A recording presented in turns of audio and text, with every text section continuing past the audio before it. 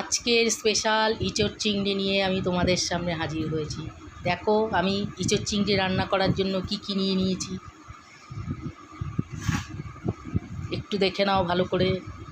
তারপরে কড়াইতে তেল দিয়ে তেলের মধ্যে আমি তেজপাতা, এলাচ, দারচিনি, সাদা জিরে ফোড়ন দিয়ে দিলাম।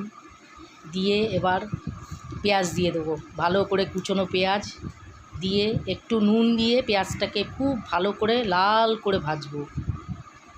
ভাজা হয়ে গেলে একটু ভালো করে ভেজে নিয়ে তার মধ্যে দেব আদা আর রসুন বাটা, দিয়ে একটু কষাতে থাকবো।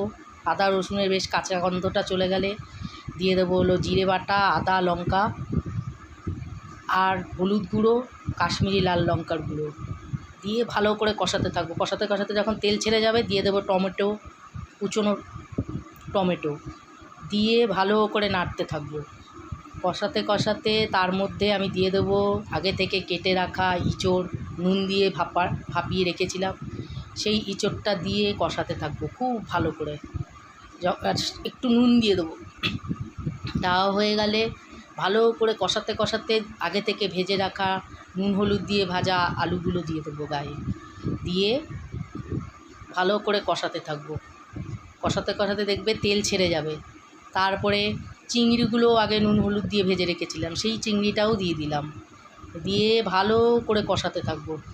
কষাতে কষাতে দেখবে বেশ তেল ছেড়ে যাবে। তারপরে দিয়ে দেবো জল, একটু ভালো করে একটু জল দেবে যাতে সিদ্ধ হয়। তারপরে সিদ্ধ হয়ে গেলে দিয়ে দেবো চিনি, দিয়ে দেবো গরম মশলার গুঁড়ো। গরম মশলার গুঁড়ো দিয়ে ব্যাস একটু ঢাকা দিয়ে রেখে দেবো।